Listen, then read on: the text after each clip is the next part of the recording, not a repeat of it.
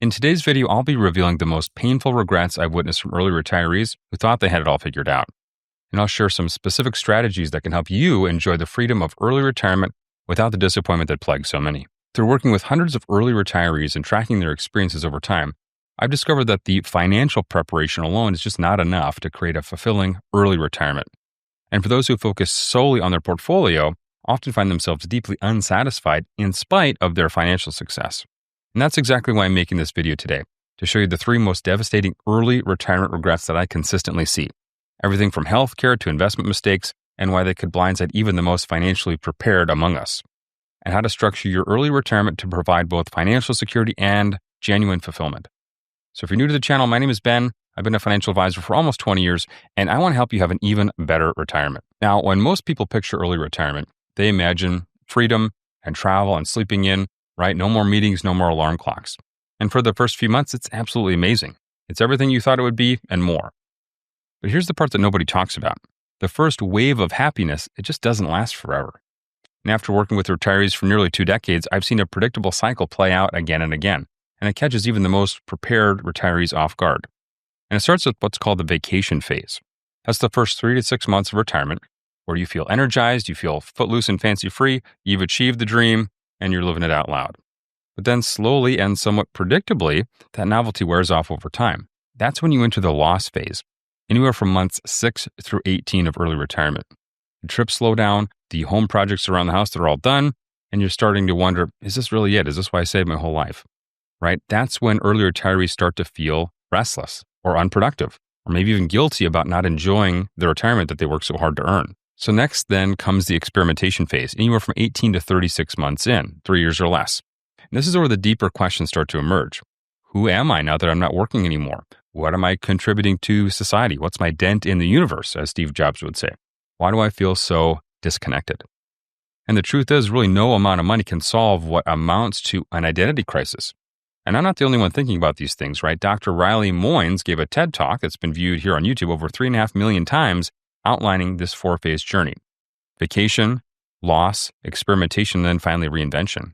He explains that retirement means losing more than just a paycheck. You lose your routine, you lose your identity, and sometimes even lose your purpose. And unless you actively rebuild that on the other side of retirement, that purpose, retirement can start to feel more like a crisis than something that we should be celebrating. And this is the regret that blindsides even the most financially prepared retirees.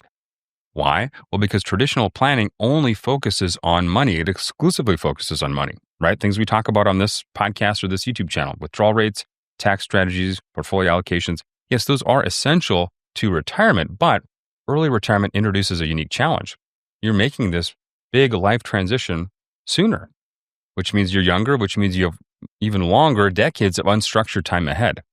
And that makes the emotional side of retirement even more important, because many retirees feel alone in this struggle, right? They assume everybody else is loving retirement. What's wrong with me? And so they just suffer in silence. Well, the good news is if you understand this cycle, then we can get out in front of it and we can prepare for it. You can build that emotional resilience that we just couldn't find in a spreadsheet. Because these regrets aren't random, they're predictable, and so then even more importantly, they are preventable. After decades of hard work, retirees expect freedom to equal fulfillment. And for a while, it absolutely does that, right? No more pressure, no more deadlines. Every day feels like Saturday. And in fact, we heard that phrase so often, we actually named our weekly newsletter after it. Every day is Saturday. But here's the problem. Without meaningful goals, even Saturdays, as great as they are, start to get old. Eventually, you exit that honeymoon phase and you're left with something that very few people plan for, and that's a lack of purpose. Most people think that the only way to mess up retirement is to run out of money. And yes, that is a valid risk, but that's why we stress test portfolios, we monitor withdrawal rates, and we build contingency plans. There's another, even more dangerous risk, I think, and that's dying with regret. Regret for the version of yourself that you just never became. Regret for all the things that you wanted to do but didn't do. Not because you didn't have the money, because you lacked the confidence to spend the money or you lacked the direction in which to pursue. And that kind of regret does not show up on a balance sheet. It just shows up by looking in the mirror and asking ourselves these hard questions ahead of time. And by the time most retirees realize they're on a wrong path, they're kind of too deep into it.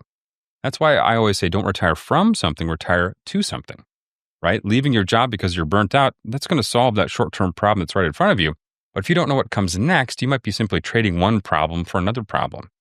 And at some point, you will crave a reason to get out of bed in the morning. That's why I've been so influenced by Dr. Benjamin Hardy's work on Be Your Future Self Now. He said we should not be propelled by our past, but drawn forward by a compelling future. And I believe that that's especially true in retirement planning.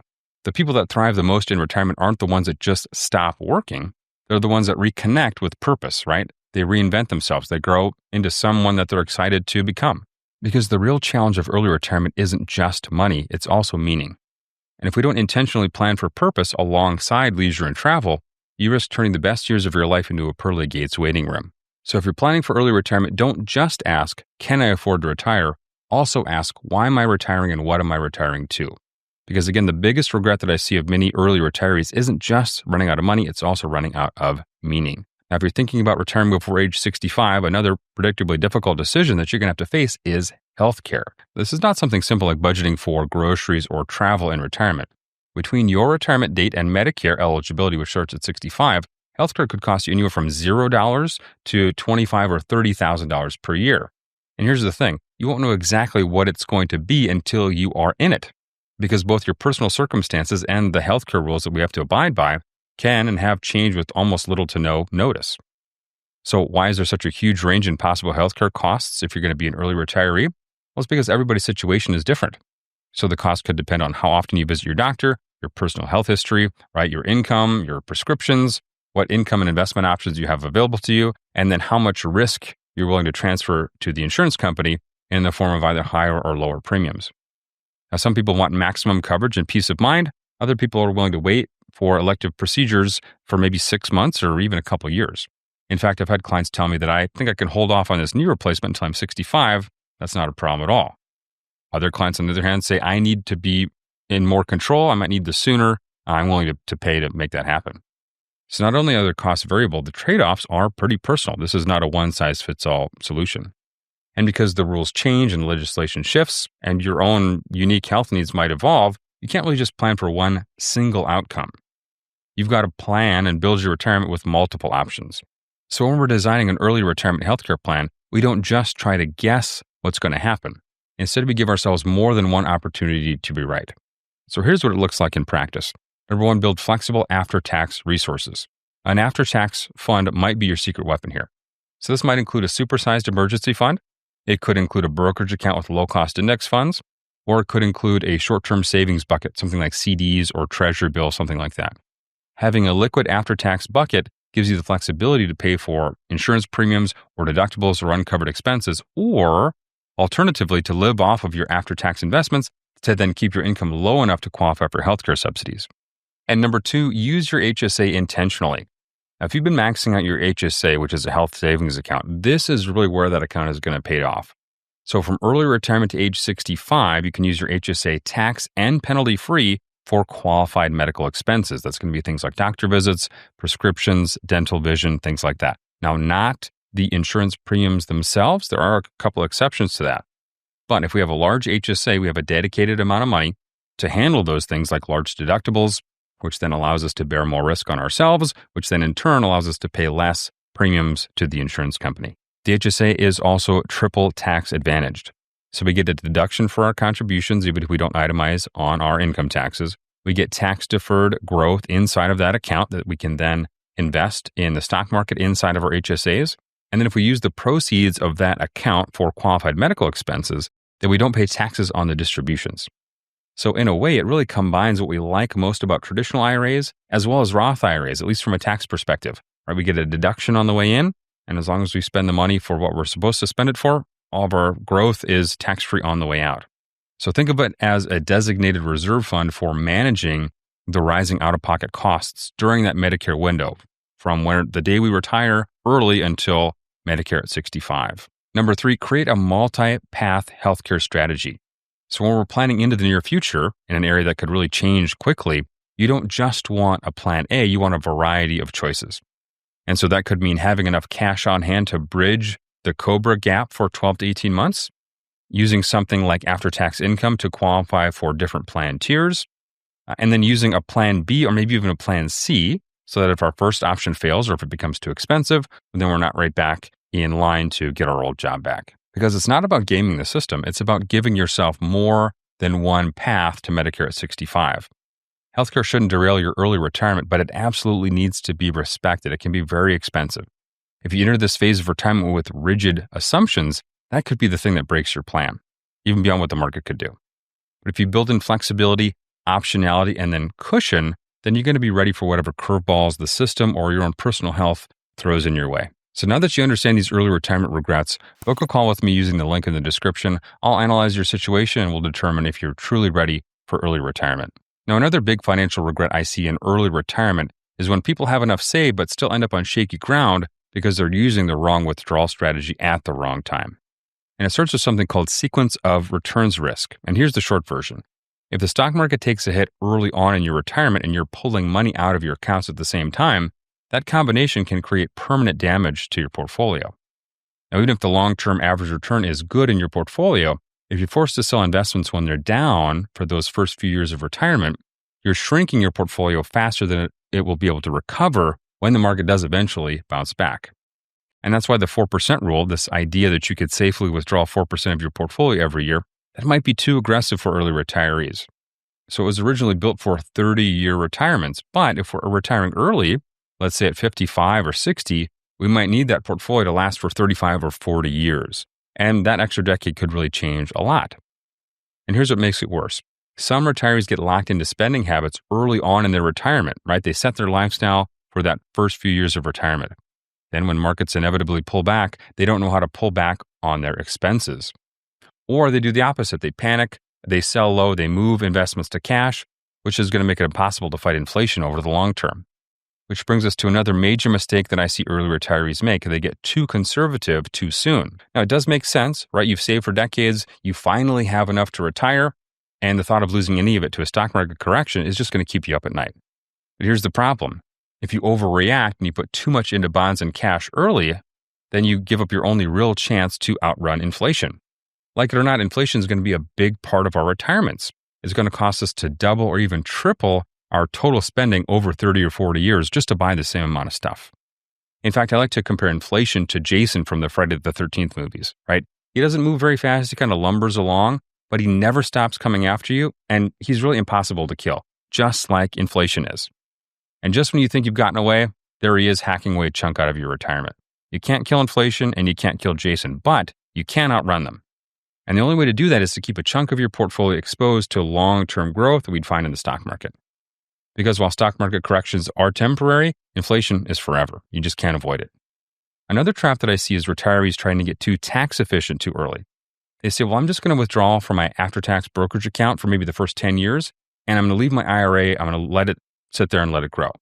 And yes, that does keep your tax bill today, very nice and tidy and low. But by the time your RMDs kick in, either at 73 or 75, depending on your birth year, your IRA could have grown to something really large. And the IRS is going to start forcing you to take bigger and bigger distributions, really whether you need the money or not. And that leads to a few things. It leads to higher taxes later on. It leads to IRMAA surcharges on your Medicare premiums, the amount that you pay for Medicare. And it could even lead to your surviving spouse paying significantly more taxes later when they're filing single status rather than married filing jointly. So sometimes voluntarily paying more taxes now through partial Roth conversions or taking more money out, right, that could allow us to pay a lot less taxes later. Voluntarily paying more taxes now with hopes to pay a lot less taxes later. I know that sounds a little strange, but it's honestly one of our top advantages over the IRS in retirement. Voluntarily paying more taxes now, pulling cash flows from the future into the present, will allow us to pay a lot less taxes later. So while it might feel good in the short term to avoid all income taxes or to avoid a lot of income taxes, deferring too long can seriously backload your tax burden, and it can limit your flexibility when you really need it the most.